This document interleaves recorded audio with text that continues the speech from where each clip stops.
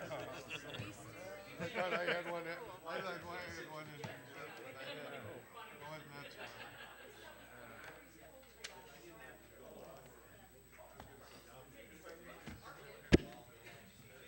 Very good, Mike. Well, what do you think? Hi, Sally. How you doing? Oh, those are nice looking. Those are old ones, aren't they? Yeah. Yeah, I guess that's probably the original. Where did you, are these from Freeport? There was some, You know,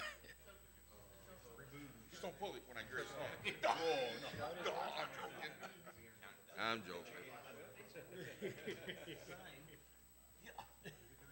Yeah. Assuming that's nice. It's cold trying to do that. Okay. I can imagine. I'm telling myself.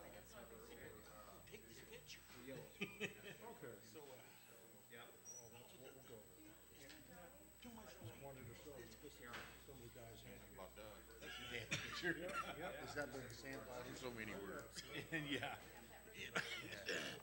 Where did I see Tommy? Oh, pancake breakfast. Yeah. Came up and said hi.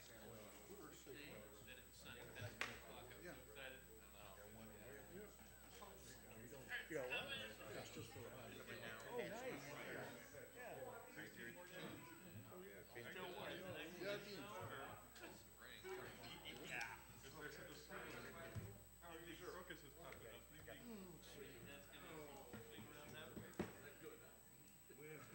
Oh,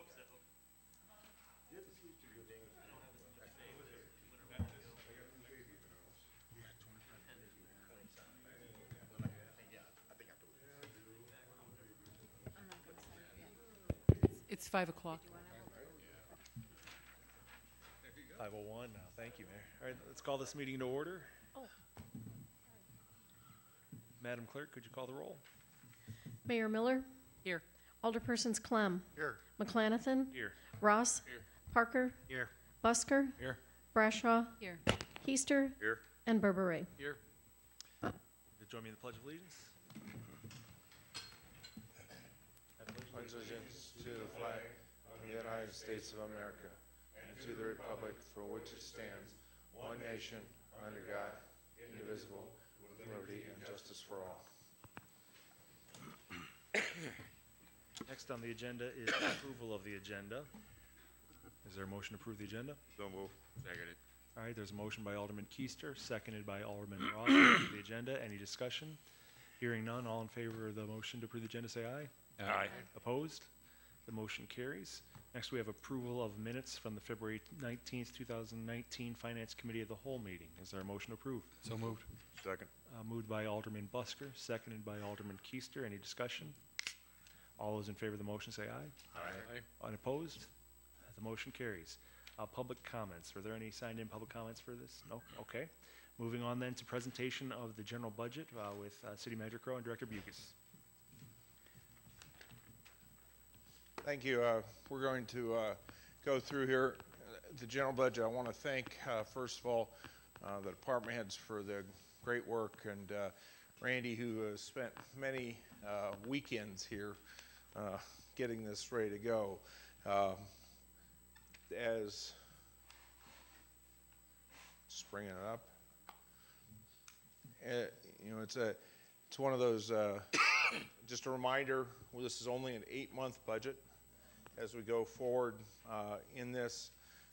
So the numbers will look quite a bit lower than what we're used to seeing. So items of interest is for the second year in a row, we've healthcare cost has been reduced across the board. We did see a rise in dental cost, so it actually evens out. Dental went up 7.4%, but healthcare went down 2.2%. So it's exactly even. We also reduced insurance cost. Again, working with our agent.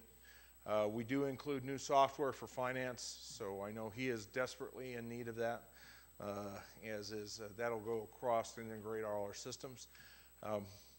Police and MIS are funding above what we did last year. MIS is higher because of the cost of the financial software. Police is higher because of pension costs that are incorporated into this. So that's, fire did not see the same increase because of the amount that they cut out of their budget from last year. Community development, this is what we caught. I sent out a new briefing to you. We had left the comp plan out of it. It is in there for professional services. We're looking at 1% increase for non-union, which is equating to a 1.5% increase across the board if it were a 12-month. And we currently have a surplus of $29. Mr. Chair, Alderman Clem. Lo, would you like questions as you go? Or Yep, I would. just a quick one, if I could, on the software. I know we were bouncing around a lot of stuff on software, but will this software talk to our water and sewer department like it should? So we're in the process of upgrading Neptune right now which is the software that is the meters. The software we're going to get is going to replace the software we have in water and sewer, so they're not hand jamming it in, and then work across all our records into a single software. Okay, thank you. Yeah, and we actually talked today with U.S. Bank about the possibility. There were some of the municipalities, they're actually, because of the cost of this software, they are actually leasing it on a 5-year lease to include the maintenance. It was something they approached us about today. So that's a couple of the companies we're looking at, they do leases with them. So that is an option. That may reduce our costs that we have plugged in if we can get that leasing option. Okay, thank you. So here's our calculated revenue. Going through here, as you saw, if you go to the very first line item, the property tax, we're no longer putting any of our property tax into the general fund. It's all going into fire and police pensions and into IMRF. We are seeing an increase in both in what we're anticipating with food and beverage and with which is the food and beverage is 0100322, and also home rule sales tax, which is if we go down to 010034.1, that's home rule sales tax. We've seen a significant increase, or not significant enough. We've seen increases in this. What's interesting is, though, the state sales tax is not going up. We haven't figured that one out. We're going to get the CD from the state, which will give us so we can see what's going on with this and why we're not seeing that increase. And as we said, now liquor licenses is almost exactly the same, which is line item 010036, and that's because they actually arrive during this. We get all the majority of renewals, and Debbie, correct me if I'm wrong, we get all of our renewals within this fiscal year. So that's why that figure is the way it is. Yes, June.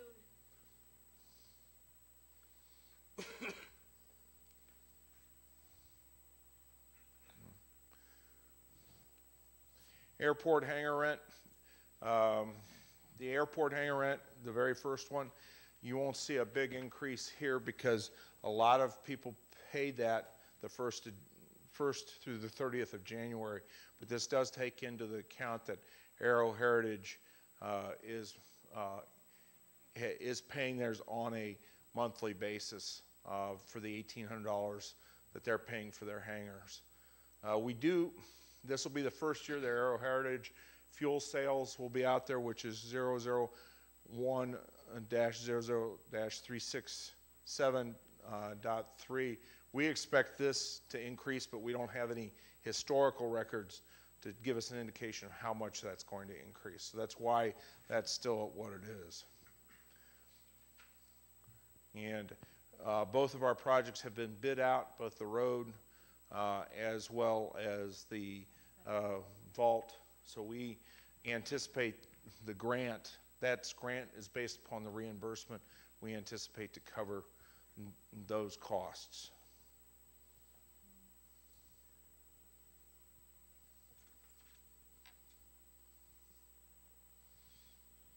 And then transfer from Fund 32 is the transfer from the, which is your very last line, which we're keeping as we had proposed to you. This keeps that proposal to transfer the same amount, which actually with the increased fees that we have with fire, will give a little bit more to fire. It's a 54-46 split versus the 60-40 split. We can make a modification as we go forward with that, but that's in preparation for buying, start building up the fund for purchasing our next in the capital plan, our next platform truck. That is an adjustment that we're going to propose to you. Manager Grow, that would, wouldn't that require an ordinance change on it? It would. Well, the ordinance change, it's a year-to-year renewal, so we would change that and bring that ordinance. If you approve this, we'll bring that ordinance back to you. We would have to do that anyway. You'll see that. We'll get that drafted here. We'll see first draft at the next meeting in March, second draft in April. So we have all our everything in place. Mr. Chair, Alderperson Marsha. thank you.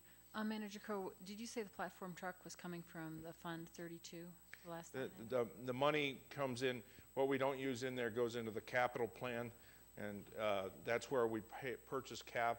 That's where we're purchasing the trucks out of, as well as looking at moving forward with a new training facility out of that.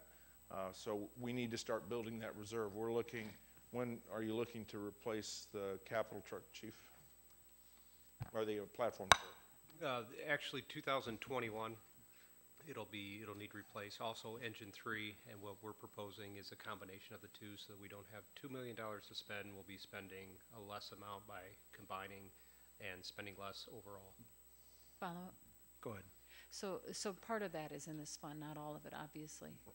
That's right. So the current split that we've been doing over the last 4 years is a 60% of the Fund 32 is transferred to the general fund, and the remainder 40 sits with the fire fund. We're going to recommend going forward, keep the same amount, transfer over 54%, and maintain 46%. That's based upon what we're in the fire capital fund. That's based upon the fees that we're getting that you council previously approved. That's also the same capital fund that we buy police cars out of as we go forward. So, Thank you. Mr. Chair, Alderman Keister. just a real quick clarification, Chief, when you say combine the vehicles, you're talking about buying two vehicles together or taking two of them together and having basically a pumper and platform truck combined? Correct. It'd be more of a quint. Engine 3 and Tower 3 sit next to each other at Central Station, and it's a jump company, so the crew shares the vehicle depending on the call. What we're proposing is we buy one that can take into account both duties of what they do and run one consistent vehicle all the time. and if you go back to the briefing that we showed on the capital plan, we showed the picture. That's the new standard that's coming out. Pierce is the company that builds it, and we've already been in discussion with it. And it's such a popular vehicle with municipalities that are, we're a medium-sized municipality in the state of Illinois, but medium-sized and smaller because you're able to get double the cost, plus it's less weight. The big platform truck does damage to our roads because it's 120,000 tons. This runs in the area of 80 to 90 tons, plus it's only a dual axle versus a single back axle versus a dual back axle. Okay. One follow-up question. Go ahead. Just for my own peace of mind, because I work with the equipment. This will be a straight ladder, not a platform, I'm presuming then? It will be a platform. It will be a platform. Yeah, Pierce, the technology they have now, they can put this ladder, 110-foot platform, which right now we have a 100-foot platform, on a single axle as what used to be on a tandem axle. Rockford is buying 3 of these right now, about ready to put into service, although they're just doing straight sticks and not a platform. But they're doing it for the same reason, for mobility, to get around their streets and in tight places. Where our platform, we have a tough time doing it down on the east side, so a lot of times that ladder truck, even though it's a great resource on fires, is sitting in the station when we need it. So if we can get something that's a little bit more versatile, And overall, we're gonna save about $800,000 in the budget from combining those two vehicles down to one. Okay, thank you, Chief, and I'd like to talk to you more, because I'd actually like to see the configuration of that sometime, but I'll catch you in the office for that. Absolutely. Manager Crowe, you have one additional proposal outstanding for the next finance, or at the next committee of the whole that we have regarding fees, and if that is approved, how is that going to impact your request on a 54-46 split? Well, it'll raise, if that gets approved, this figure will actually be raised, and we'll look at the split as we go forward. Okay. And we can come back into that. That may be a resource to address some of the issues we have talked about in other areas. What we found, if those, we have gone out to the insurance companies, and this is on the accidents, and all of you, everybody that pays for your car insurance is paying for $500 on your car insurance to cover for accidents. So it's a fee that we're leaving on the table, but I will tell you that we're not the only ones that are having this discussion. Several communities across the state of Illinois are having this discussion right now, whether or not we should actually charge this. And I know some of you have reached out in discussions with you in our one-on-one meetings. You've reached out to insurance companies, and they have indicated that that is money that we are leaving on the table. And we'll talk more about it at the committee of the whole next. All right, the police. So as we said,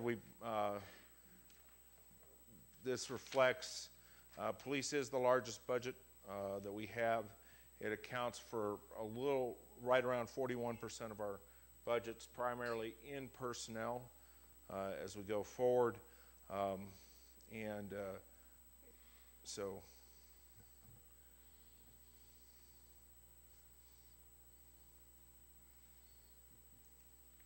this, Alderman Clem. Just got one, you can look down to 01-51-552, rental of equipment. There's a great big drop there, and is it due to that you rented something that you're not now, or? Yeah, that's where our body worn cameras used to come out of, and at this particular time, it's going to be coming out of the IT department. Okay, thank you. Mr. Chair, Alderman Keister. just one quick question that just popped in my mind. When we're looking at the contract fees for the employees and stuff, is there any contract negotiations that are going to be going on here in the near future that might throw that off? I would prefer not to discuss that in open session. We are going to give you a proposal in executive session in 2 weeks. Okay, thank you. Manager Crowe, could you discuss on 01-51-443, the overtime for ASME, looking at the historical figures that we've had for that? There was, I believe, some increase in regards to that.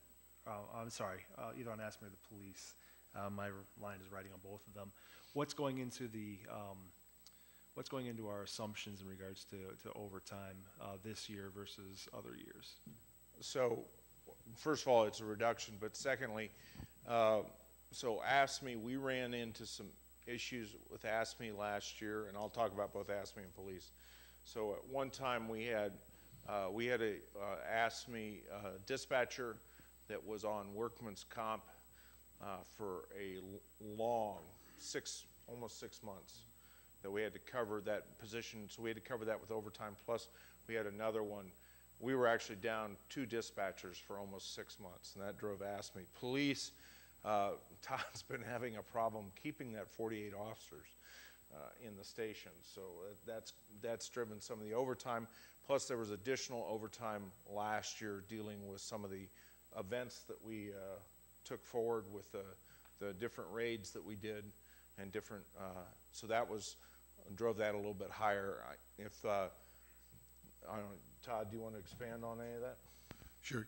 Ask me, I don't anticipate, and again, you almost have to try to anticipate, but hopefully we're up to full staff for ASME. There requires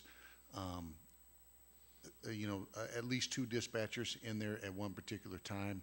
A full shift is 3, so if we've got a shift or 2 that's short, that's gonna drive that overtime up just a little bit.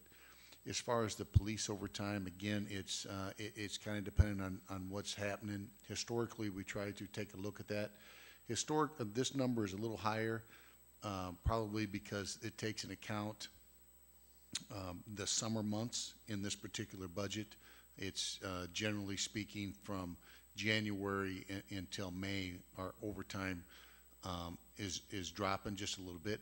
One other thing that we want to try to do is work with the state's attorney's office so that we don't have officers, in court as much, or at least on some of that contractual that we really have little effect or a little control over as far as some of those court call-offs or late call-offs and those type of situations. We're being very aggressive with it, because what was happening was we would literally bring the guys in on overtime, and we would get called the same day and say they're not going to testify after all. So we were costing us 2 hours of overtime because they were already being called back in for overtime to cover them. So what we're working is working 48 to 72 hours out with to schedule that. So that's one of the ways we're reducing overtime. Mr. Chair. Alderperson Bradshaw. Thank you. Manager Crowe, I'm not sure I understand line item 462.1, the police pension contribution. The original projection to year end for the fiscal year was $1,417,855, but the 8 months then you would think would be less, and I see $1,512,286. So we're actually contributing, based upon the approval from the council on how we were going forward, we were actually contributing, police pension is going to be contributing to that 90% standard, and that's how much your police pension has gone up, is an 8-month standard, is that, plus we have more distribution during the beginning part of the year and less distribution towards the end of it.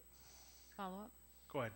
So I understand it went up, but when we did the projection, I thought that was a recent projection, but that projection must have been made before the council made that approval? The projection for year end is what we're going to do. We're looking at proposed budget.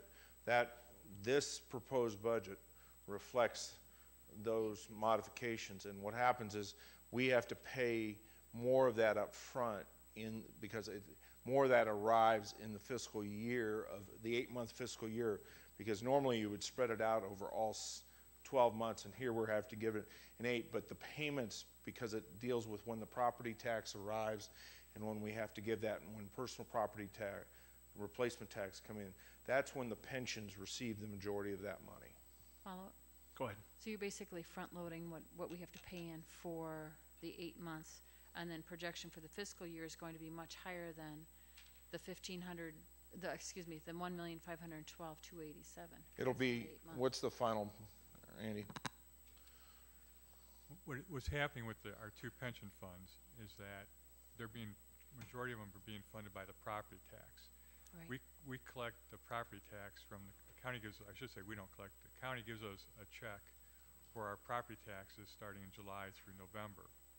And so that by the end of November, we have all our property taxes. That's why it's reflected such a high number. We're also using personal property replacement tax for that. We get 9 payments a year from the state for personal property replacement. 5 of those are in the May through December time period. So we're putting a lot of money up front in this short year than we would if we were extending it throughout a 12-month period. Thank you for that explanation. Go ahead, Alderman Clem.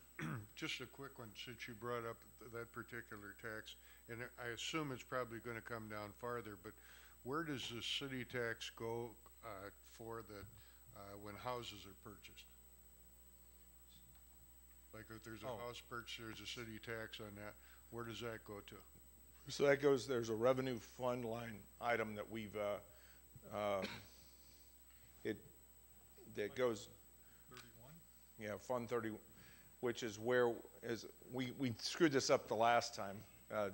Have Randy, it's not in the budget in this particular budget, but that's what we use for demos primarily. Okay. Chair? Go ahead. Thank you. And that tax, when a house is purchased, is really not a great sum of money in Freeport, is it? We're averaging somewhere between 250 and 350,000. Well, it's a good sum of money. Oh, it's even lower? No, it's less than that. Okay. It's around $200,000. So, man that has the checkbook. But $250 is a lot different if you're paying for it. Just say that, Ken, but yes, I just didn't know where it was going, so I appreciate that, thank you. And it's Fund 36. I mean, Okay, thank you.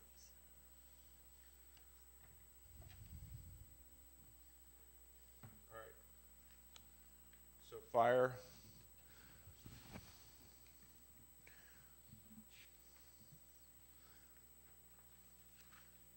Now, one of the reasons why fire pension's lower is because we didn't see as big an increase as we did in the police pension. The police pension is one of the accounts which have been traditionally lower, where we are paying less into the fire pension. This based upon the approval of what the council moved forward with. Chair? Go ahead. Yeah, Manager Crowe, I see that it goes from the 957 to the 906, hundreds of thousands. So the second line item obviously is the 8 months instead of the 12 months. But it is higher than what it would have been if it was only a percentage of the 957. That's correct. That's correct. Mr. Chair, Alderman Keister. Go ahead. line 453, unemployment insurance, projected today, end of the year, 1,250, projected for next year, 5,060, and that's a lesser period of time. Why is it that much greater?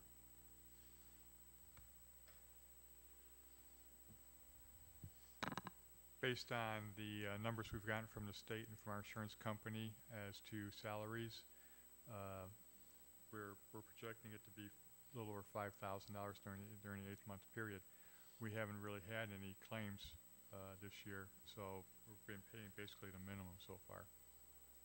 So the projection somewhat is based upon what we're currently expending, and that's also based upon what unemployment insurance claims we've had. Sorry, I'm having problems talking. That's all right. Thank you. Alderman Clem. Yeah, could you run that one by me again, Manager Crowe? We're going from 1,000 to 5,000, and in unemployment in the fire department or layoff is something that's almost unheard of, but just a little more discussion on that if we could. And is this particular one, the 1,000 to the 5,000, is that only fire? Yes, each department has their own unemployment and workers' comp line items. Okay, thank you.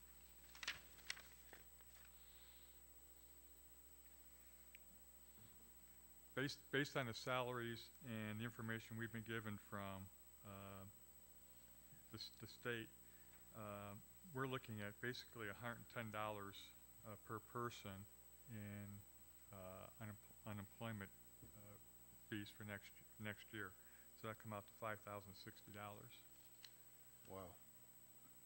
Now, we may not pay the whole thing, but that's what, just like this year, we're projected to pay just over 1,000. Right. But and I'd rather have it in there than not have it in there, but I appreciate the explanation. Thank you. Mr. Chair. Alderman Keister. One final question. Do we have a time frame where we'll get the final numbers on this, or is it at the end of the budget, or when do we know for sure what we're gonna have to pay for that year? So which year are you talking about? Our current year? Well, either one, really. Well, so all these in the proposed budget are 2019B. These are the estimates as we go forward. The projection is based upon where we're at and extrapolated out based upon what we have best knowledge. So you will not actually see the final projection or the final year end until 2 months after our fiscal year, at least, sometimes 3. Okay, thank you.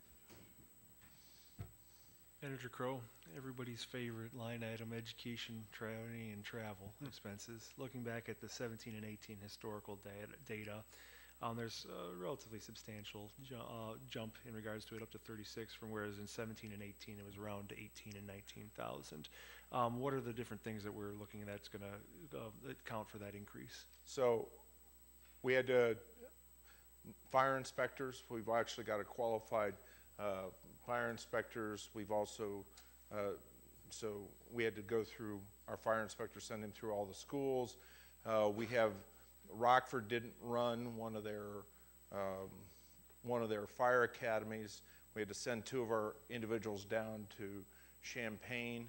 The fire academy is paid for, but we have to pay for the hotel rooms. What else it's included in that? We've had to do a lot of training and send the newer probationary people out just to get some quick training too. So since we've hired 7 firefighters since the beginning of the year, we're trying to get them trained. We're trying to hold the classes as close as we can. Typically, we want to send them to Rockford. They are not holding an academy. They didn't hold one in the fall. They didn't hold one this spring. So in an effort to try to get at least the 2 critical ones out, we send them to Champaign, which is a substantial cost compared to what it is in Rockford for us. Thank you. Chair. Alderperson Bradshaw. Thank you. Manager Crowe, line item 0152485, the PEP employer contributions, for the entire fiscal year, 60,755, and for the 8-month, which is about 2/3, it's only 30,945. So the PEP went up last year because we had 7 officers retire. And when we have the 7 officers retire, we have to pay out. There's a payout requirement for, it's on sick time that we have to pay out. So when we had the large group pay, we had to pay out all that sick time. So that was why the big jump was. Okay. We're actually, for council's information, we are projecting that we are going to be under our budget by well, we've just gotten the salt, that may be, bills.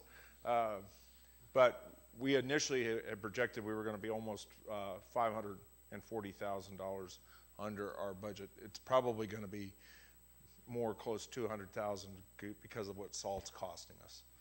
Because we've run up, and we had to pay the premium on this last couple loads, so.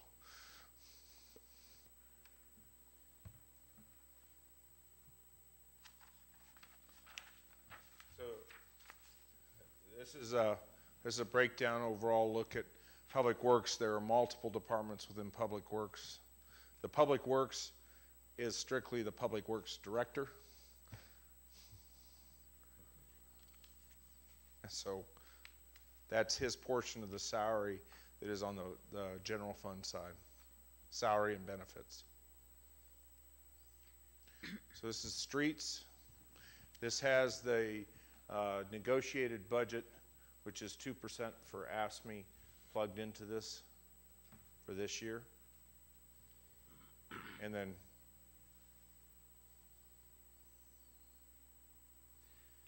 Manager Crowe, a couple things on this one. 44-509, engineering. I assume the increased engineering costs are due to the increased work that we're going to be doing with the bonding out and the additional work that we have. Is that an accurate assessment? That engineering work, that's correct. Okay. With what we're doing. And on then near the bottom of the page, 622, snow removal supplies. Is that to replenish a lot of our depleted reserves from this year on it? Is that why we have a? That's correct. Okay. We've had a significant increase. Okay. Plus, we had to buy it on the commercial market versus through the state. Okay. The other thing is on the engineering fees. That also includes work that we've had in on the bridges going forward. So, and on the Peck Path, which, so.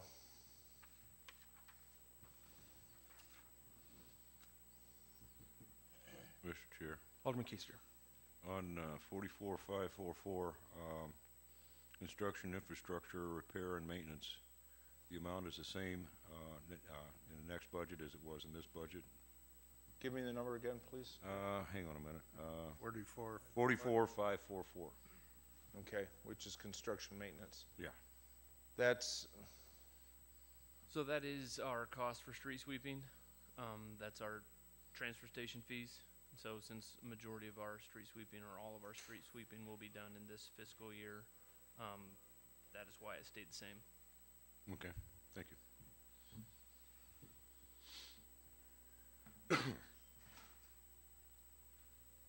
Chair, Alderperson Keister, Brasho. thank you for that. You both just. Manager Crowe, this is being taped for public viewing, this meeting. that's correct. I think for the public, we should make sure they understand why this is a little confusing to us. Normally, we don't ask such nitpicky questions. Well, sometimes we do, but the projection to year end is based on a 12-month fiscal year that normally goes from April 30th, So up until you approved it, it went from May 1st to April 30th. May 1st to April 30th. This reflects an 8-month budget, which goes from May 1st to December 31st. Right, and so for the listening audience, they need to understand that we're looking at what was supposed to be the projection to year end compared to the 8-month estimation proposed 2019 budget, because we legislated to have this changed. And so it is confusing for us to see these line items because they don't match up 2/3 exactly of what we originally projected.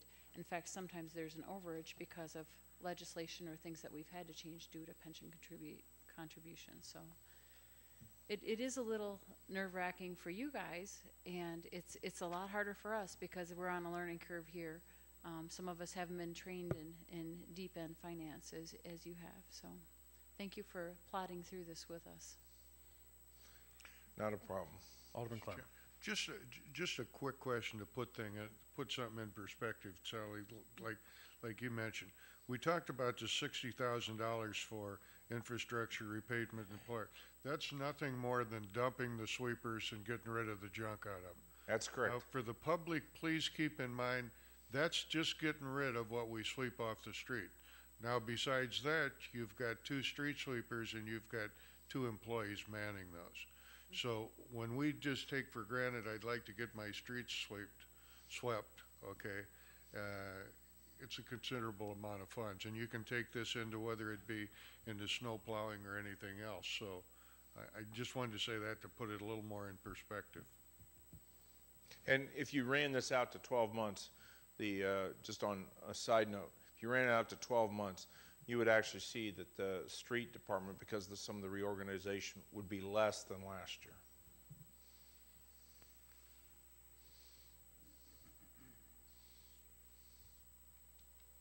So this is forestry.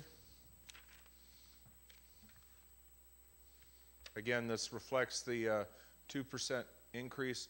Now, what's going to happen is that 2% is going to be run out over 12 months when we're negotiating the fire and police contracts. I will say this, we are going to bring them in line with our new fiscal year, the contracts.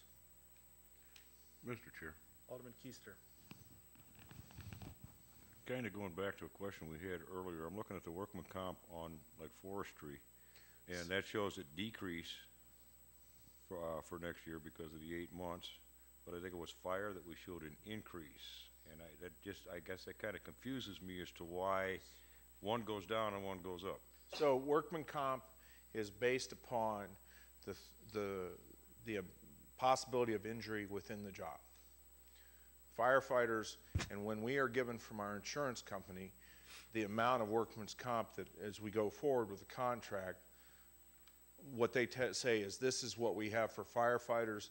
That the highest workman comp for ASME is within forestry. Highest workman comp in the city is for firefighters. Okay, follow up. Go ahead. So what you're saying is basically it's based on the risk factor of the job as to how they set the numbers, and that's why it's like it is. That's correct. Very good, thank you.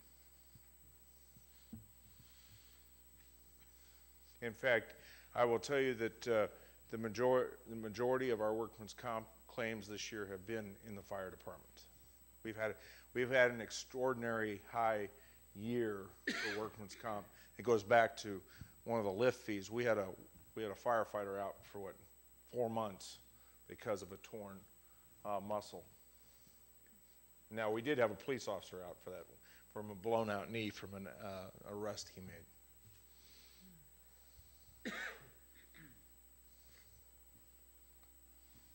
Cemetery. This is pretty straightforward.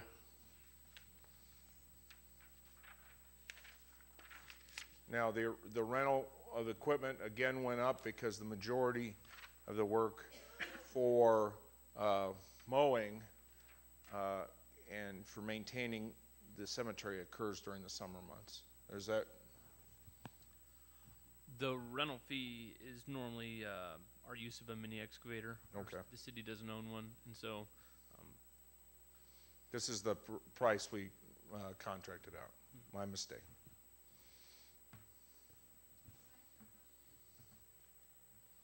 You can ask a question in public comments at the end of it. But That's ASME, that's the union.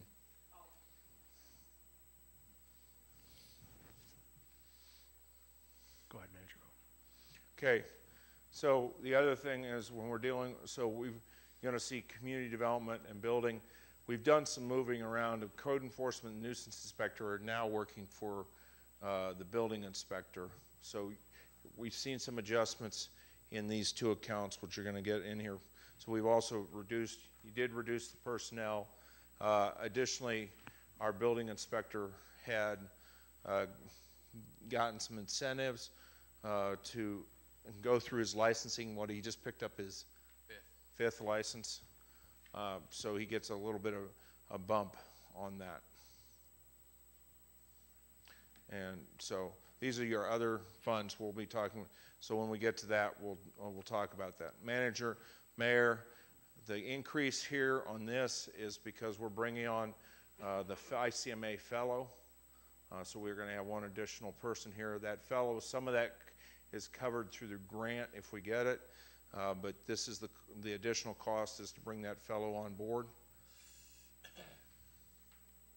And that, to reminder everybody, that ICMA fellow is brought on board to work the pre-disaster mitigation grant and the census as we go forward, as well as home rule issues.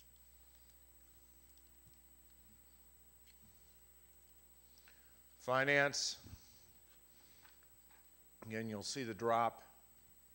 What you won't see is the treasurer is you won't see a fund anymore for the treasurer, so we saved that money.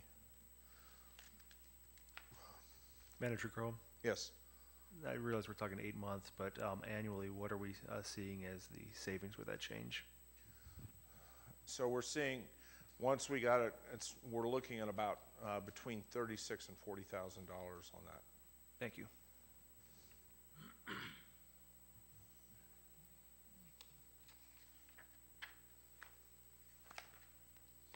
Community development, this is one of the changes we've seen.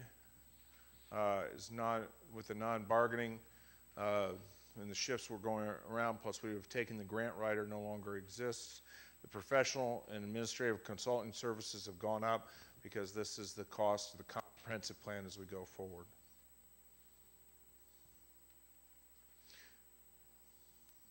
Other technical and services include, remind me what the other technicals. That is Region 1 for the help with Okay, grants. the grant writing.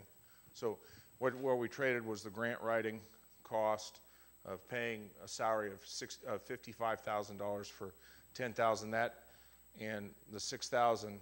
So this is here we submitted ourselves for two different over $6.5 million worth of grants at quite a bit of savings to us. Chair? Alderperson Brashaw. Thank you. Manager Crowe, I see that's under other technical services. That was Yes. the grant writer. What about the one right above it, 518, other professional administrative consulting That's the services? comprehensive plan. Oh, okay. I get it. Thanks.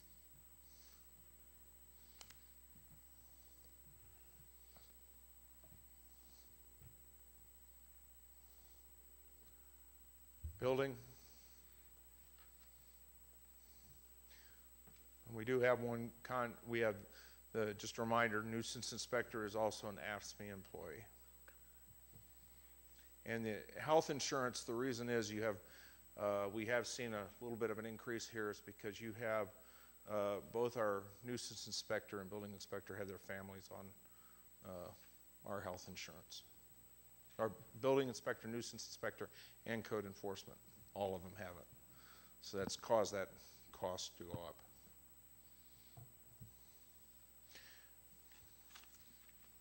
Now you'll see the lawn care. What we looked at was we actually go down to line 0153535.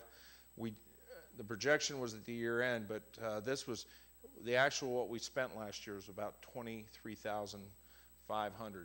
So the projection was running out. We're actually probably not going to mow based upon the current weather, do any mowing here before the end of the year. So we went ahead and projected 24,000.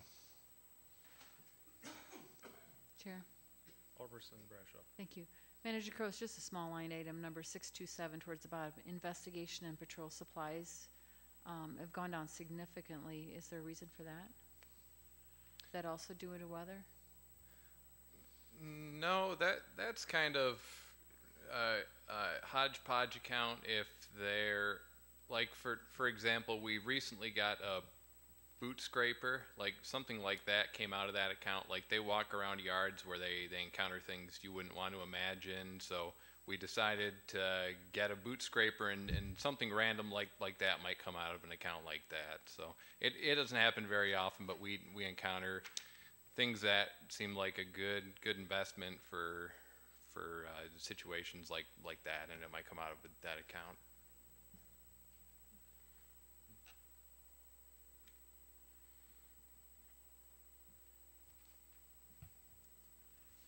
So this is airport. The big jump is we do have the 2 grants that we're executing. We have the contracts. In fact, you will see, not at this council meeting, at the next council meeting on Friday, I received the approval as approved by the state. So it will be approving that the expenditure for those grants actually goes over 2 years as we go forward, and we'll get those down for approval on the March 19th council meeting. And that's for the road, as well as improvements other than the building as the new electric vault. Chair. Alderperson Bradshaw. Thank you. There's a few line items I have questions with on the airport budget. Line item 552, equipment rental, is dropping from 23,000 to 0. Do we have something paid off? No, what we did was, so in the contract negotiations with Darrell, we used to be paying for the fuel truck. Under his contract, he is now responsible for paying, leasing, and he pays for that fuel truck. And a follow-up? Go ahead. I'm looking for the other line item. I was building supply 623, 20,000 for an entire fiscal year, dropped down to 5,000 for an 8-month scan. So what we did was that was money that we put in into the building for getting Aero Heritage building ready for them to move in. So that includes some electric supplies, some additional heaters, air conditioners, the running of a sewer line, water line for them. Okay, I think I picked up everything, didn't I, Tom and Dennis? Follow up, go ahead. Was that part of the equipment supplies as well? Then the next line item 625, which was 6,000, dropped down to 600. Believe it was. I'm getting a Building yes. supplies and equipment Yes. supplies. I'm not sure what they are, but like I said, they're kind of together. Mm-hmm. Alderman Clem. Just a quick follow-up on that one. I assume, as that was split out, all utilities went to them then? That's correct. They are paying for their own utilities now. And in fact, we had a discussion with Nicor Gas because all of a sudden they had these buildings showing up that with a separate account. We've had discussions with them as well as our, so they are paying for the gas and electricity as well as phones and I think internet access out there into their 3 buildings. Thank you. Alderman Burberry. Thank you. Manager Crowe, property taxes, is that taxes paid to the county? That is. That is a ongoing discussion I'm having with Ron Kane and my favorite attorney sitting over here, Aaron Zito. So what we are getting taxed on is Daryl's work and the terminal, his section, and the terminal, even though it's not completed. And we're paying $44,000 a year to that. And what we're going to do is that we always pay that tax. It's a requirement. We've talked to Ron that recommendation is we protest that tax from him, and Aaron and I have been talking about how we have to go forward on that. Because they're taxing us for a complete building, and the building is not complete yet. Thank you.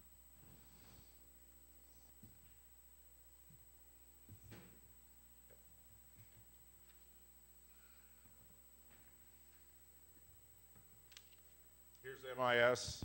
As we've consolidated phones, 2 years ago this account didn't even exist. So this is something we've created, and this has a portion of Kurt's salary in here, and his salary is split also within water and sewer because he's also our GIS and maintains their some of the electronics for SCADA as we go forward. The computer and network consulting is we do some network consulting both on our web page as well as throughout the computer system. And we keep that local, and Kurt has saved us over $37,000 in phone charges. And you'll see the software, the big increase in software. Correct me if I'm right, Kurt, we're at the point where we've now got all of our computers in a regular refresh. So we're going to do the regular refresh. Diane was an example. She was still working Windows 95 when I got here. And so we're up to date. And this is the amount of money for the hardware just to refresh it. And then the software, as we talked about, is the financial software. And we are leasing our servers, so that's what the lease amount is.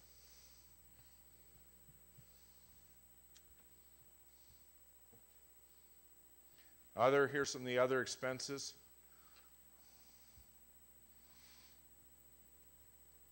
We already talked about finance, so see the city treasurer dropped. That was the city's treasurer pay up through June, so that kind of gives you an indication. Legal, again, we're going through 2 contract negotiations here. Government buildings is the maintenance of all of our government buildings. We're in the process, and Diane's taking the lead on this, consolidating what we're doing for contracts. Honeywell is coming back, giving us a quote for all the alarms and HVACs for all the buildings, as well as we're looking at combining police and city hall for cleaning contracts.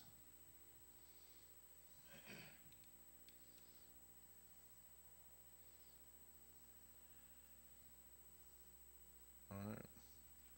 And the final, $29. And you can see the cost and what we're estimating revenue versus estimating on expense. But as I said, we still have a good chunk. We just got all our salt bills. Alderman Clem. Just a quick one, Manager Crowe. The last item, interdepartment. Kind of give us a once-over. I'm going to turn to Director Bucus on that one. Randy, you get all the tough questions. He knows this inside and out. Just, just a general thing. I'm sure it's a whole bunch of stuff. It is. It includes our group health insurance, That's a big line item, $144,000. I'm just going to give you the big ones here.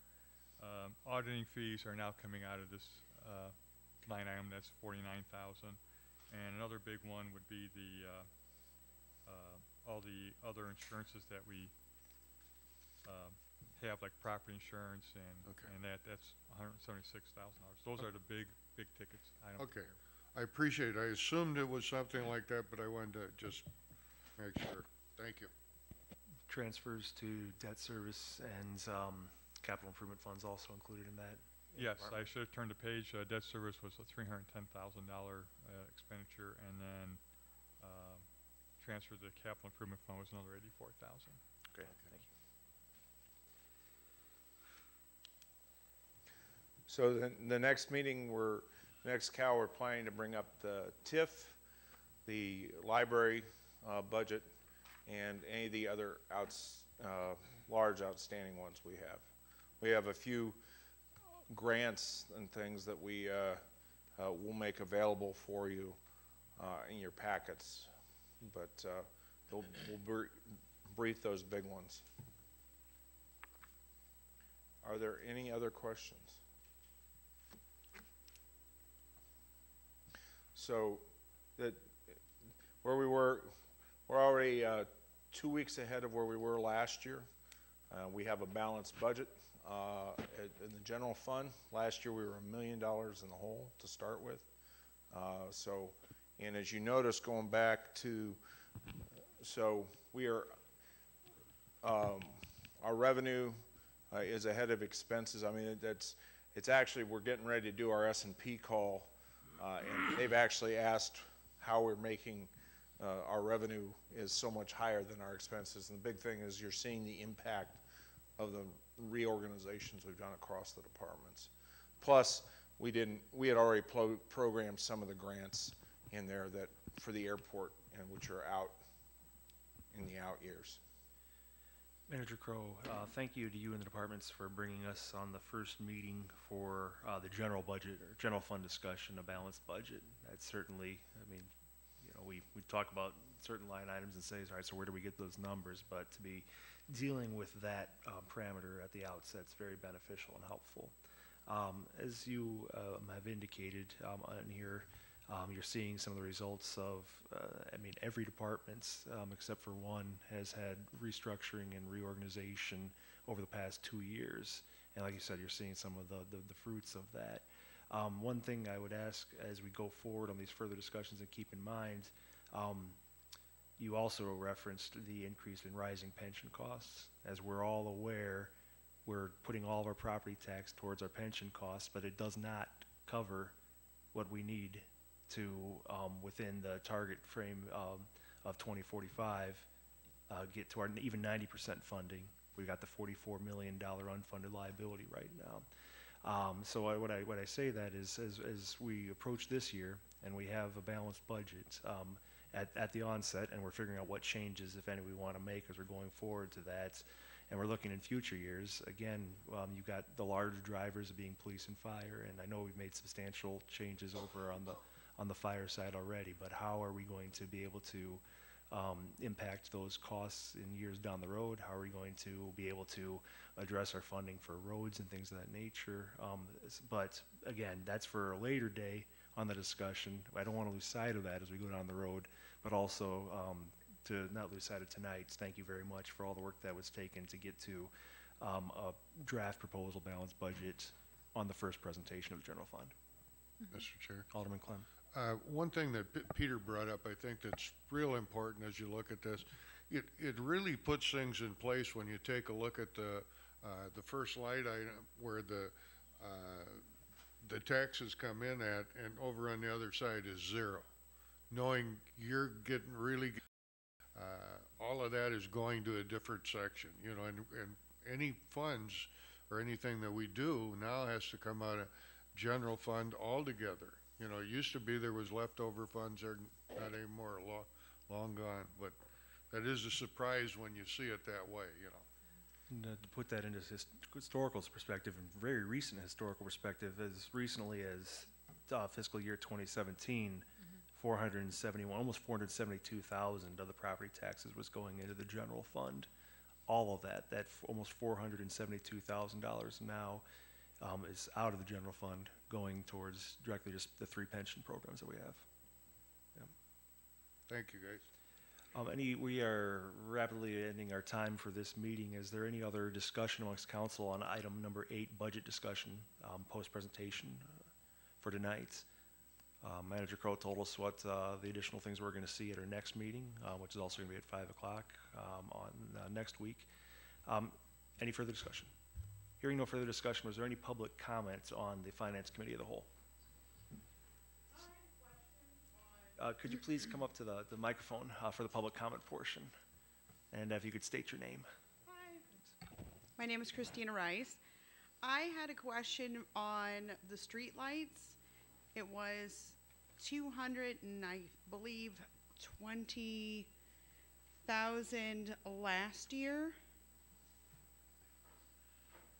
And where's my notes here? And the proposed was 142,300. Where's the lights? It's dark here. So what's happening is this is based upon, this is on the fund that is what we have to pay ComEd. So we get charged by ComEd for our lights, and that's the fund for our lights. What ComEd has done is they've replaced 65% of our lights with LED lighting, which reduces our cost to the city. So that line item does not talk about the replacement, the new additional lights. That talks about the cost that we are paying for the electric costs for our lights. Well, can I get a list of those lights replaced? Because I'd like to know where at. And can we possibly get solar power lights here to reduce the funding here? You have up to 3 minutes for your comments. If you have additional comments, you Okay. can add them. Other than that, some people would be happy to, we'd be happy to talk with you after the meeting Okay. and address those issues. Thank you. Any other further public comments for tonight? Okay, hearing none, is there a motion to adjourn? So moved. All right, moved by Alderman Keister, seconded by Alderman Clem. All in favor? Aye. All right, the motion is adjourned. Could we take 4 minutes, and we'll start at 6:05 on the regular council meeting. Thanks. Just 4? You want to talk to her about where we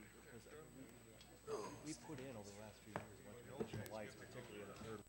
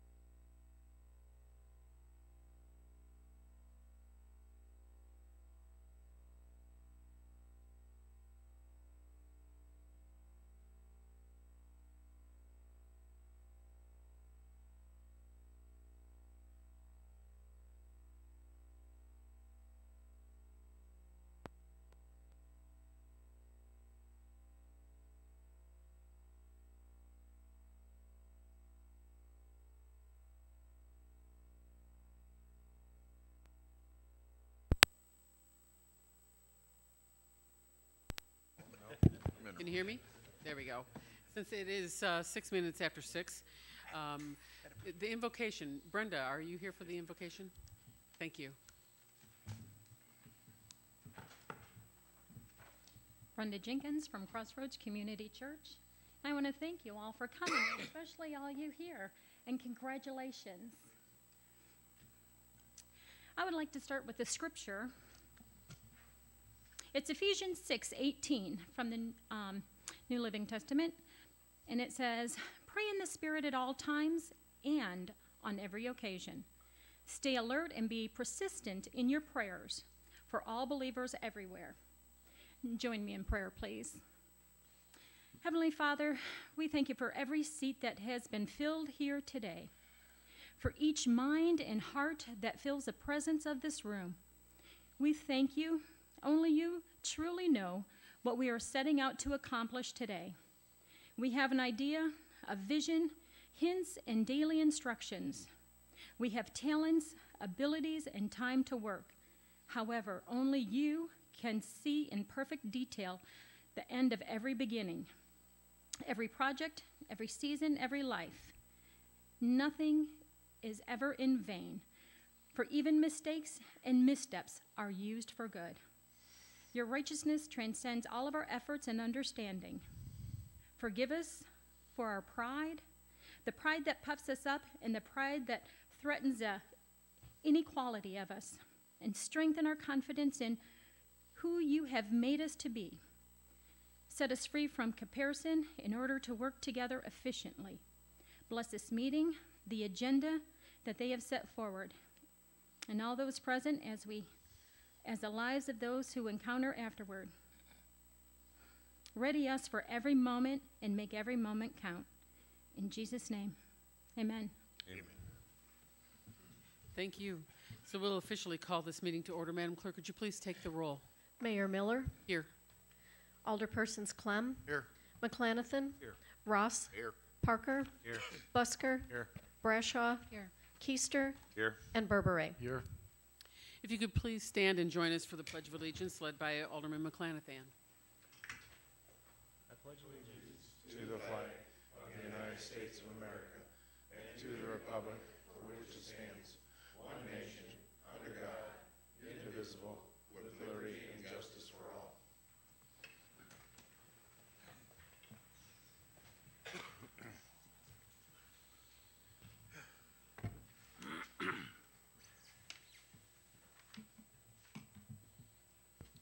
Okay, so item number 1 is the approval of the agenda. Is there such a motion?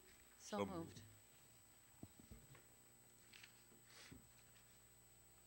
We have a motion made by Alderman Keister, seconded by Alderman Brashaw for the approval of the agenda. All those in favor signify by saying aye. Aye. Opposed? That motion passes. Item number 2 is the approval of the minutes from February 19th, 2019. Is there a motion? Second it. We have a motion made by Alderman Parker, seconded by Alderman Ross. All those in favor signify by saying aye. Aye. Opposed? That motion passes. Public comment, there's no one signed up. Item number 4 is the consent agenda.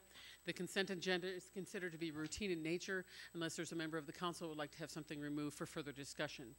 Is there any member of the council that would like to have something removed? Seeing none, the consent agenda consists of the approval and place on file the minutes from the Historic Preservation Commission with the regular meeting for January 15th and the special meeting from January 25th, 2019.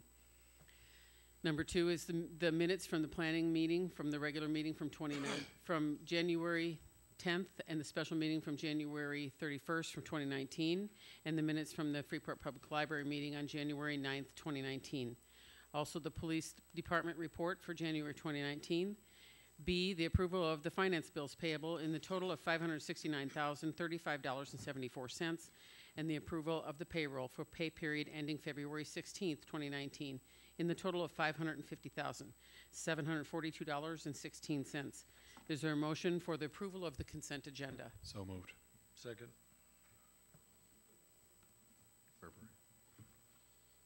We have a motion made by Alderman Busker, seconded by Alderman Berberet. Madam Clerk, could you please take the roll on the approval of the consent agenda? McClanathan, Aye. Ross, Aye. Parker, Aye. Busker, Aye. Brashaw, Aye. Keister, Aye. Berberay, Aye. and Clem. Aye. Motion passes 8-0. If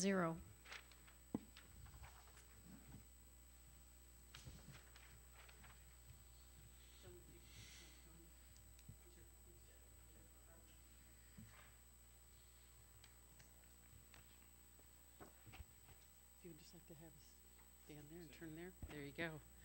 Okay.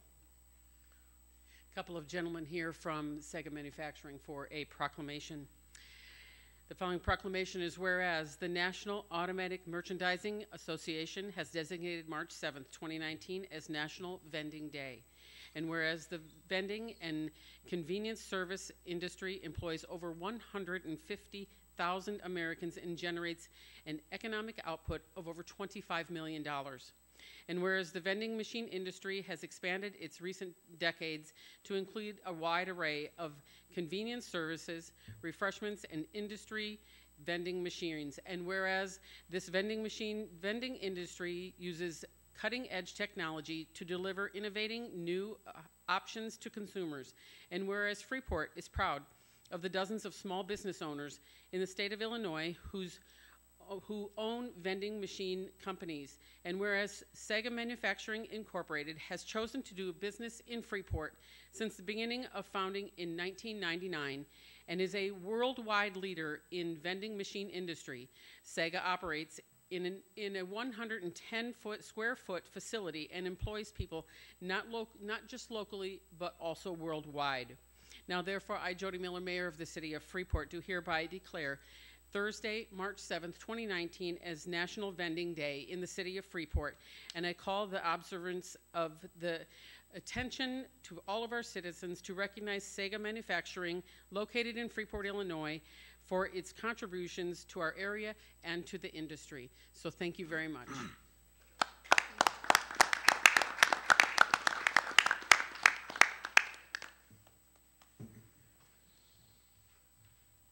Major Devin.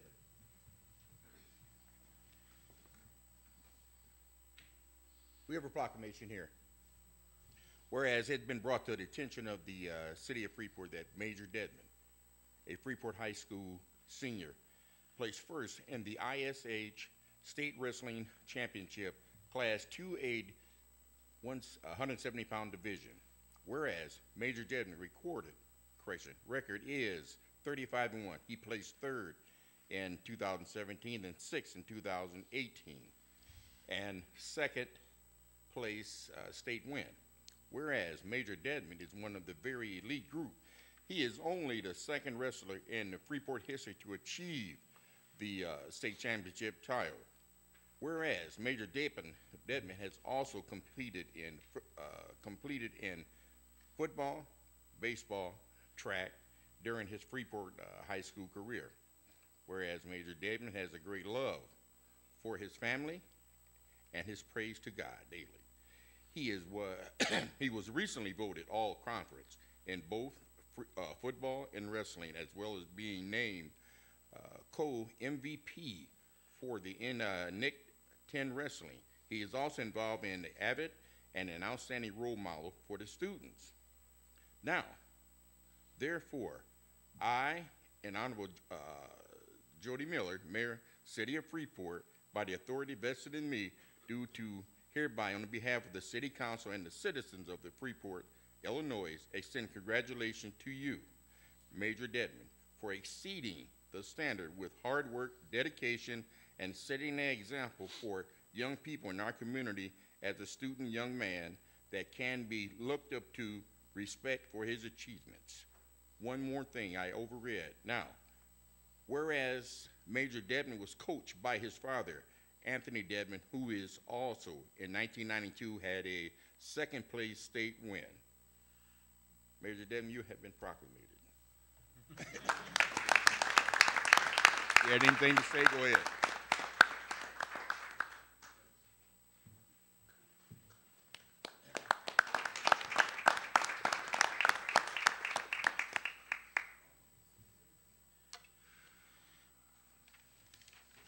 And just so that way the audience knows that Alderman Ross, that's his nephew. That's why he wanted to do the honors. So, that's great.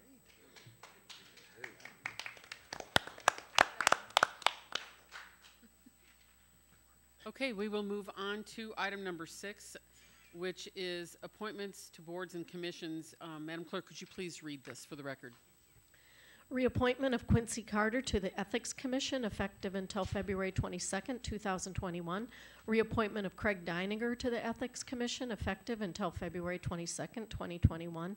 Reappointment of Steve Schlamp to the Historic Preservation Commission effective until February 28th, 2022. Reappointment of Jessica Modica to the Historic Preservation Commission effective until February 28th, 2022.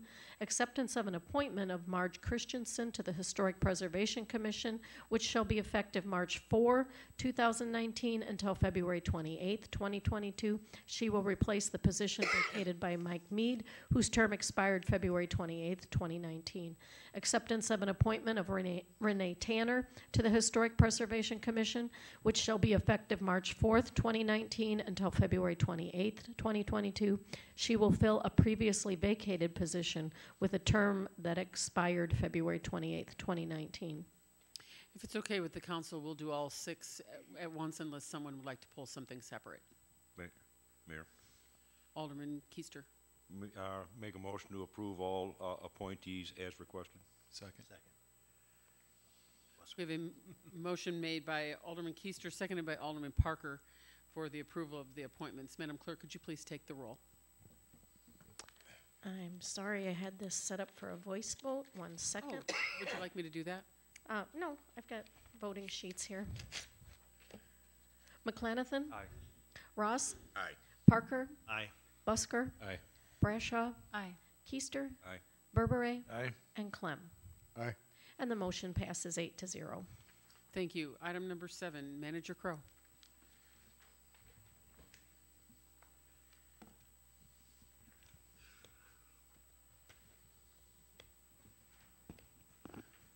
So we're going to recognize for service Loris Blask have come forward, and I believe her supervisor are, come on up. So Loris, this is in recognition of 35 years of service. Now, you are the first recipient of the partnership cash, which is given by the Greater Freeport Partnership. You have $35 to spend at any of the partnership members.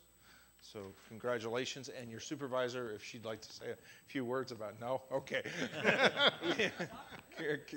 Congratulations.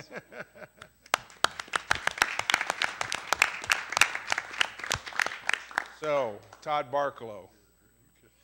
This is recognition for Todd's 25 years of service, and he reminded me that this is actually 26 years, but he took a year off to go to Iraq. And Todd has been fantastic. He's been a stalwart of the team, and as we refer to him as Todd B, we have Todd A and Todd B.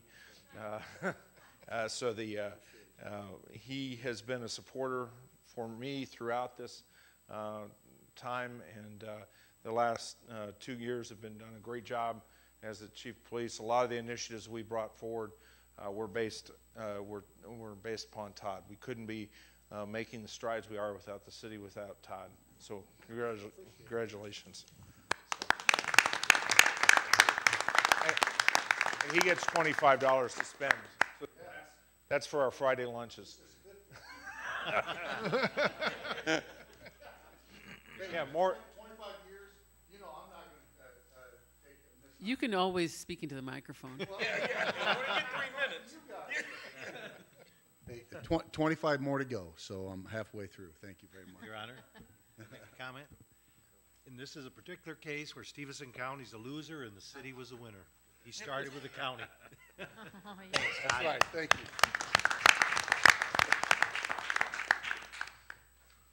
Congratulations to both of you.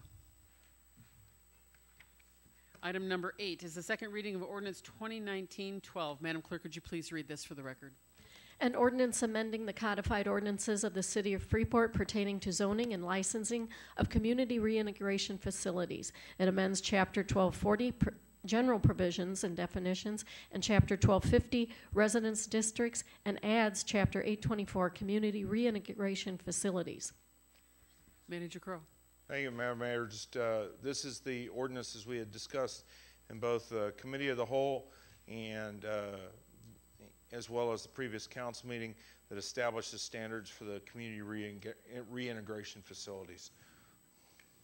Any further discussion? Mayor, Alderman McClanathan. thank you. So just to clarify, because I did have some questions presented to me since the last time we met on this. Taking this ordinance, and let's say this ordinance didn't exist, today, and has been past practice with releases from parole, individuals could be released into the community, and as long as they met the other zoning requirements, the general zoning requirements, these individuals and entities could reside today in the city of Freeport. Is that correct? That's correct. They could be, a reintegration facility could exist in both R6 and R7. And so furthermore, by putting in these restrictions in regards to it, we're adding basically health requirements, inspection requirements, and also requirements as to what type of individuals can run these facilities, correct? That's correct. And finally, if we were to say, look, we think it would be in the best interest of Freeport just to have a blanket prohibition. The likelihood of that standing up to litigation would be? It would not stand up in litigation.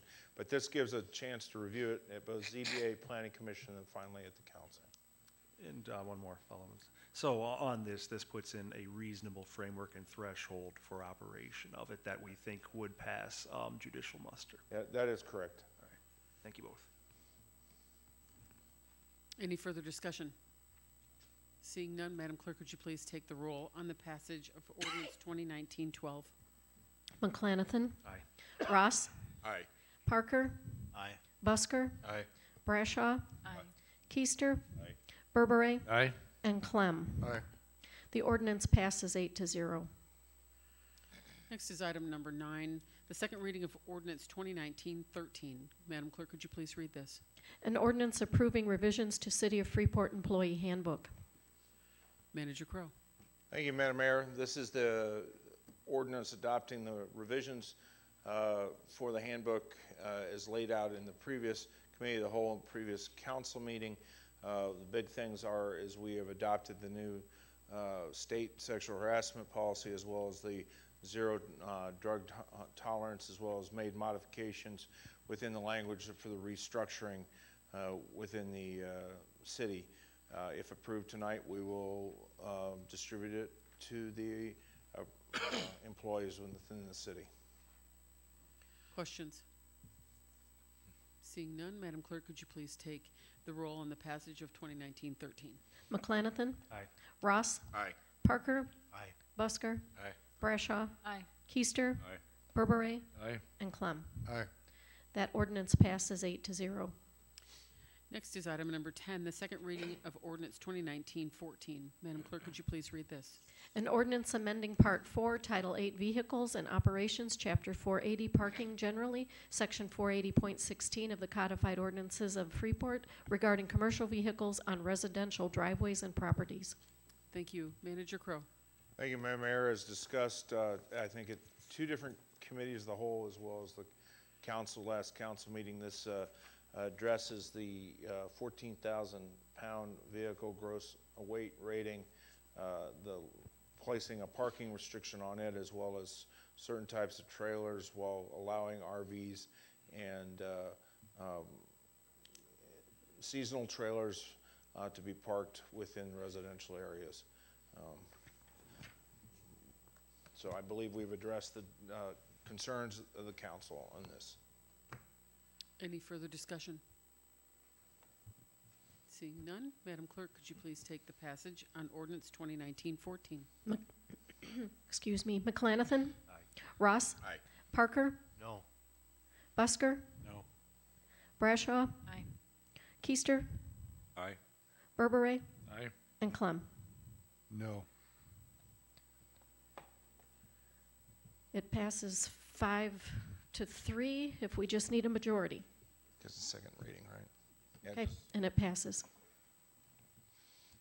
Item number 11 is the second reading of ordinance 2019-15. Could you please read this? An ordinance amending Part 12, Title 4, Chapter 1270 Fences, Section 1270.03 Fence Installation of the Codified Ordinances of the City of Freeport. Thank you. Director Zupkoff. Thank you, Your Honor. There have been no changes on this from the cow or the first reading. It essentially puts the fence ordinance in line with the solar ordinance in non-residential zone districts while still restricting fences in floodways and floodplains. Further discussion? Seeing none, Madam Clerk, could you please take the roll on the passage of Ordinance 2019-15? McClanathan. Aye. Ross. Aye. Parker. Aye. Busker. Aye. Brashaw. Aye. Keister. Aye. Berberay. Aye. And Clem. Aye. That ordinance passes 8-0. Next is item number 12, the approval of the Historic Preservation Commission Facade Improvement Grant Award recommendations. Director Zupkoff. Thank you, Your Honor. This year, the city received 5 facade improvement program applications seeking a total reimbursement of $25,290.60. There's more than that available. There's $30,000 available for the program this year, $20,000 of that sourced from the city's downtown TIF district, and an additional $10,000 from the Paint of the Port event. I'll just briefly go over the 5 applications. You have the full ones available in a packet, but very briefly, one of them was there's a new ownership group at 11 South Liberty. That's the old CarQuest building by the river. They're seeking $3,543 for exterior painting and window replacement at that location. There's also new recent owners of 24 West Main. You might know that as the Cole's Confectionery building. They're seeking $5,800.95 for window replacement. 15 West Stevenson Street is a Bet Books and Games. They're seeking $3,000 to remove unsightly ceramic tiles from their facade so the original historic brick storefront is exposed. And 217 West Main Street, that one's been referred as the old skate shop. And he is seeking $4,313 for 3 new doors, hinges, key sets, and door frames, 3 new glass window panes, exterior painting, and removal of old materials. And 26 South Galena, the Fillerbeck building, he's seeking $8,633.65 to power wash, prime, and repaint the facade of the building in the same colors. Some minor tuck pointing is also planned there. At their February 19th meeting, the Historic Preservation Commission voted 5-0 to recommend funding all 5 of the applications, and ultimately we agree with the Historic Preservation Commission that all the projects are worthwhile in preserving the antiquity of the historic district and would improve the visual aesthetics of downtown Freeport. However, we do ask that the City Council postpone funding Ron London's application, that's the 26 South Galena application, until restoration and repair work has been completed to fix damage from a fire that occurred over a year and a half ago now, September 1st of 2017. Work that still needs to be completed for that restoration includes electrical work, plumbing fixture installation, window replacement, and installation of some carpeting, some base trim, and other cosmetic fixtures. We will bring Ron London's application back to the City Council for approval after his fire restoration project passes the final building inspection. And in discussing this proposal with Ron London a few days ago, he was fine with that plan. The one thing I'll add to it is I've also discussed this with the company that's doing the restoration as we go forward, and I believe they understand that the restoration has to be done here. There were some discussions between Ron London and that company as how they were going to move forward on that. Madam Mayor?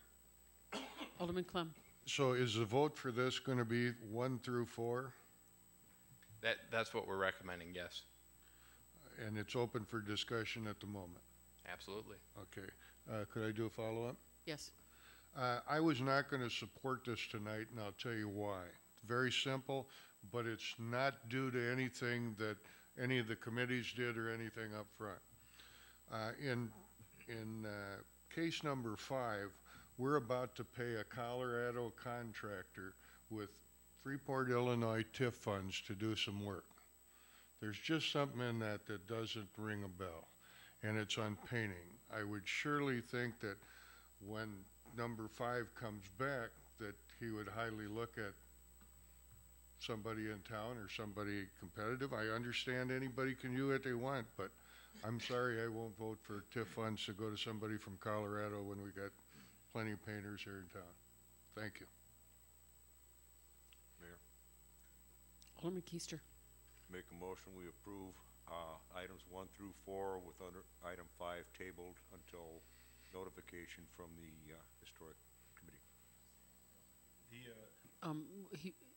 The legal counsel said not to table number 5, just approve 1 through 4. So if you'd like to. Approve 1 through 4 then, okay. Amended. I'll second the motion to approve 1 through 4. It's all right. So I want to clarify one thing before you vote on it. The historic, Ron London's won't go back to the Historic Commission. We're waiting for them to pass inspection from Ben Fritz on this. So once he passes it, then we'll bring it back for discussion for council. Mayor? Alderman McClanathan. Thank you. As I was looking through these on 1 through 4, I appreciate the work done by the community and also by the director, and also appreciate the applicants, a couple of who are in the audience tonight, for the work. If you look at what we've been trying to do with downtown, this is, I mean, it's a small portion, but it's a portion that's important. If you look at what the buildings are in their current condition and what's being proposed to be done with them, it really adds to the outside image. Now, obviously, you know, some of the other parts are not losing track of what's going on internally, and I think actually in regards to number 2, this supplements a lot of the work that they're doing internally on that, as well as some of the other ones. You could see that too in the presentation as well. So it's a good project for the city, it's a good project for downtown, and I look forward to supporting it. Any further discussion?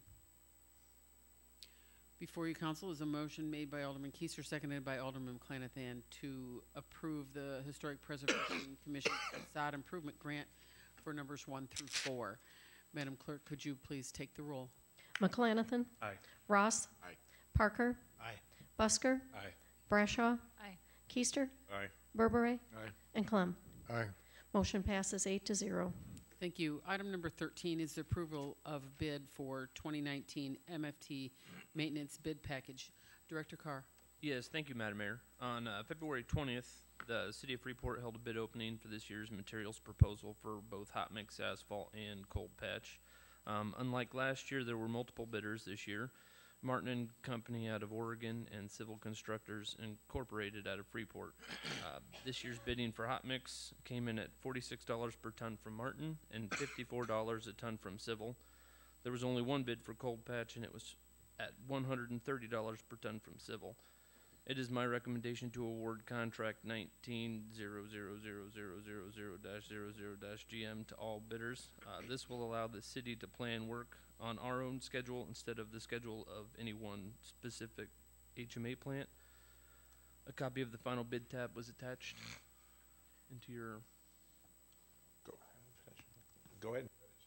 Oh, no, that was. Okay. The one thing this going out to all bidders was something that IDOT during the bid opening proposed to both Dennis and I as we went forward. Randy Bucas was there, Director of Finance. The 3 of us were there. They said that most communities, when they get multiple bids, to ensure that we can meet, awards it to all bidders. And they recommended, because of the distance with Martin and Company, that we also do that. But so we can use both Civil and Martin and Company. Mayor? Alderman Keister. Yeah, and Alderman Clem helped me out on this. If I remember correctly, we have done this before in the past where we have approved all bidders just to make sure that we can get the mix as we need it. Madam Mayor? Alderman Clem. And basically the reason for this is that it's at their discretion where they're at to pick it up and all that kind of stuff, which can be a lot more advantage to pick it up from one contractor and another in the process, correct? Yes, there are some times where Civil isn't running their plant, and on those days, if we're not running last year, I think the tonnage was, if we weren't running 50 ton, they wouldn't open the plant for us. So on the days where we're only wanting to do a small amount, if civil's not open, we would absolutely drive the extended. Last year was really one of the first years for that, wasn't it? I mean, before, I believe civil was either busier or we didn't have the problem picking up asphalt. I think seems like last year we had a little more problem than other years, you know. But thank you for the comments. Appreciate it. Alderman McClanathan, did you have a comment? I was just commenting that we've done this historically. Yep, it's common practice for us. Mayor, Alderman Keister. make a motion, we approve all bids as requested. Second. Any further discussion? Before you, council, we have a motion made by Alderman Keister, seconded by Alderman Busker, to approve the awards of all bids. Madam Clerk, could you please take the roll? McClanathan. Aye. Ross. Aye. Parker. Aye. Busker. Aye. Brashaw. Aye. Keister. Aye. Berberay. Aye. And Clem. Aye. That motion passes 8-0. Thank you. Next, we'll move on to reports of department heads. Finance. Thank you, Your Honor. I have nothing tonight to report. Thank you. Community development. Nothing to report, Your Honor. Thank you. Thank you. And Public Works. Yes, thank you, Madam Mayor. Our guys are going to be pothole patching for a long time. With the temperature the way it was today and tomorrow, pothole patching is kind of taking a little bit of a back seat. The patch doesn't like the cold weather. The patch box that we had purchased in years past is actually out of service now because the truck that it is on was involved in an accident. It should be back in service by the end of this week, though. On a different note, we received our last permit for the Beck Path today from IDNR, and then the letting for that project is 10 a.m. on Friday down in IDOT. So we should have results from that by the weekend or on. Okay. Thank you. Fire. Thank you, Mayor. Just to let everyone know, two of our new recruits, Tanner Atkinson and Chad Kundert, started down in Champaign today at Illinois Fire Service Institute. So they got a lot of work ahead of them, and I'm sure they'll do fine. We agree. Police. Thank you, Mayor.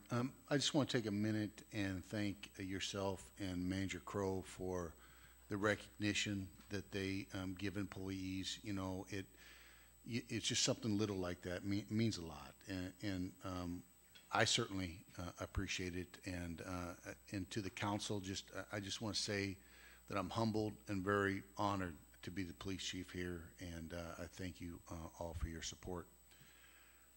For my department head report, I want to just remind everybody here and the listening audience, tomorrow night in the library, free of cost, Scams, Schemes, and Identity Theft, put on by Lieutenant Andrew Schroeder.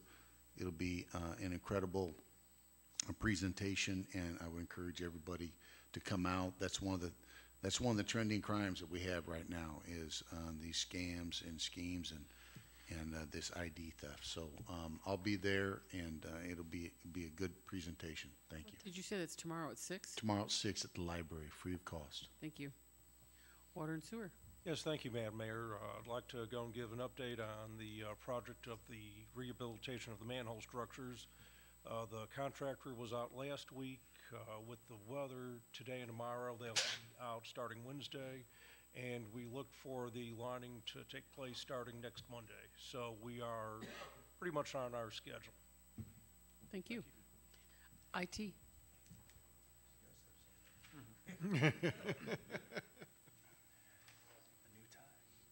Discussing with Public Works Director today, we went ahead and added a water bill payment option to the homepage of the new website. It's right there in the top menu bar, so if you've had any trouble finding it, it's right there. Click on it and you should be able to follow the instructions and get where you need to go. Thank you. Manager Crow. Thank you, Madam Mayor. I want to let the council know that Congresswoman Bustos has forwarded a letter of recommendation and endorsement for the pre-disaster mitigation grant to FEMA and encourage them to move that forward for approval. That we're excited about that. It's a big plus as we move forward. Wednesday, Director Bucas and I will be doing our bond rating call as we move forward. And as was stated in the article that I wrote this weekend, we're going to bond for $2.8 million worth of money that will be used over the next 2 years to work on the roads within the city. The list of roads were quite extensive, and we'll be bringing the capital plan back for your approval at the March 19th meeting. So, Thank you. Just a couple of things this evening. Last Friday night was the Black Dress event, and the recipient was Voices, and that event raised $13,500 to go to Voices, which is an incredible amount. So I'd just like to say thank you to all those that went and gave and those that organized. And then on behalf of Library, she couldn't come tonight for illness, but next Saturday, the 9th, at 11 a.m. is the ribbon cutting for the Youth Services Department, the Storybook Forest, which by pictures, it looks like it's going to be a great event. So that is Saturday at 11 a.m. So on to council announcements. Alderman McClanahan. Thank you, and thank you, Manager Crowe, for your article this week, kind of updating in regards to the infrastructure. We take it for granted, I think, a lot of times here at the council level, and then as the department says to, well, we know, what we're discussing. We know what's going on. We know, like for instance, we got Adams on capital on this, for this year. We've got the 5-year plan, and it's on the website. We just assume that everybody knows it, but that's not often the case. We certainly have a lot of work ahead of us, but it's important for us to continue to update the public as to what is the plan, on it. So thanks for doing that, and hopefully we can all continue to chip in on providing that information to our constituents. Thank you. Alderman Ross.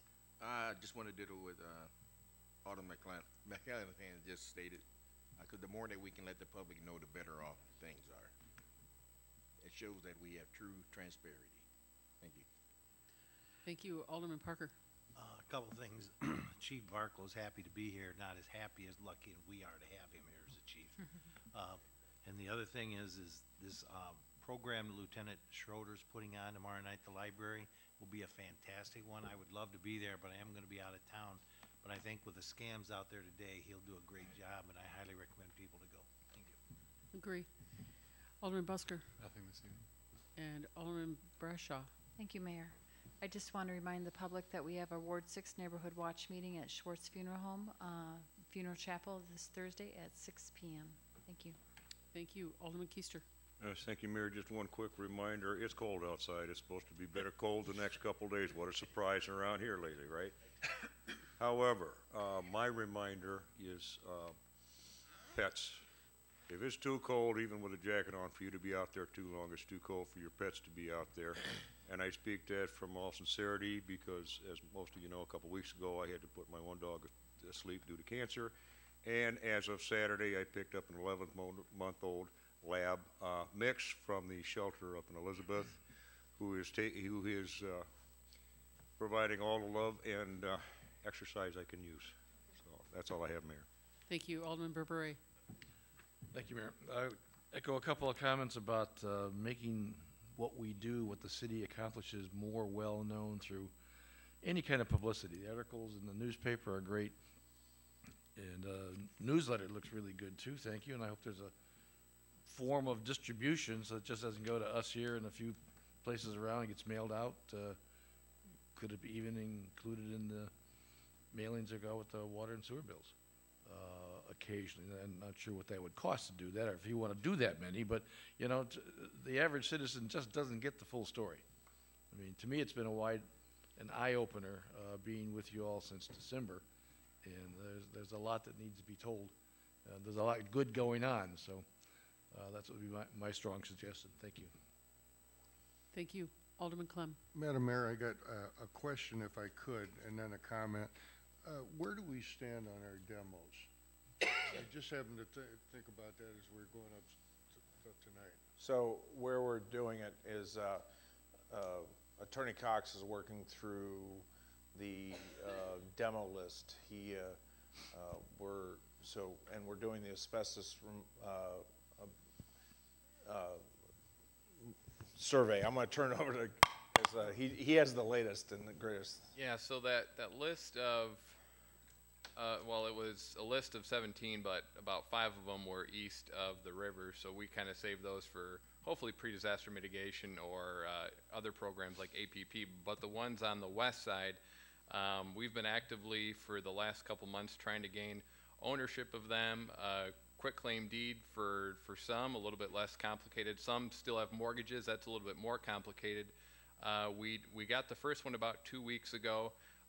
The asbestos inspection has been done. It takes about a week and a half to get the lab results back. That'll bring us about to the end of this week.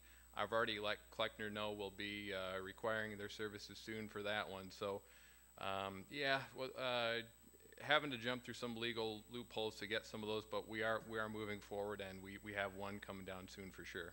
Okay, no, I appreciate it because I didn't hear. The other comment I'd like to make, just simply because some of the people have commented about it on articles, et cetera. As we go into political season, I'd just like to have people, when they write an article, keep things up to stuff of what is going on and what isn't going on. There was a comment made about how the roads have been neglected in the city of Freeport for 30 years. I have to take a little offense of that since I've been here a part of that time. Don't know if everybody remembers when Mayor Gallrup went to Washington in 2009, came back with $800,000 in a American Recovery and Investment Act that was put into the roads. Also, if you want to go in detail, every year everything has been spent up to snuff on the motor fuel funds and everything that we've received back. And also under Mayor Gallrup and then through Mayor Gitz, we had a young engineer here that came up with a few new creative plans that helped save the city some money on streets and helped to prolong some, such as crack filling, such as sealing and that kind of stuff. So just to say willy-nilly that we've neglected our roads for 30 years, I don't think is the right thing to do. Thank you. Next is public comment. Tommy.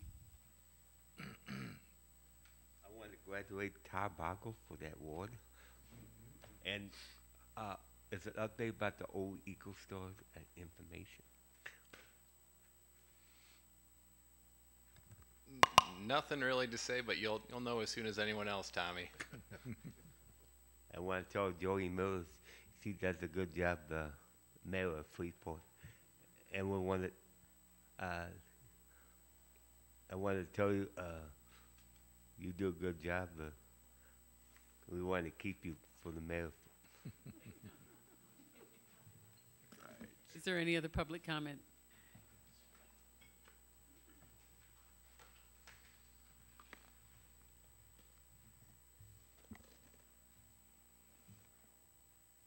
As you all know, my name is Mike Keister.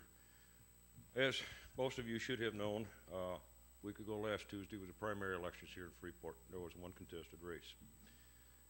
I want to thank the few people that did make it out to vote. What I do want to say, though, is in the 7th Ward, there are over 2,300 people, registered voters, in that ward.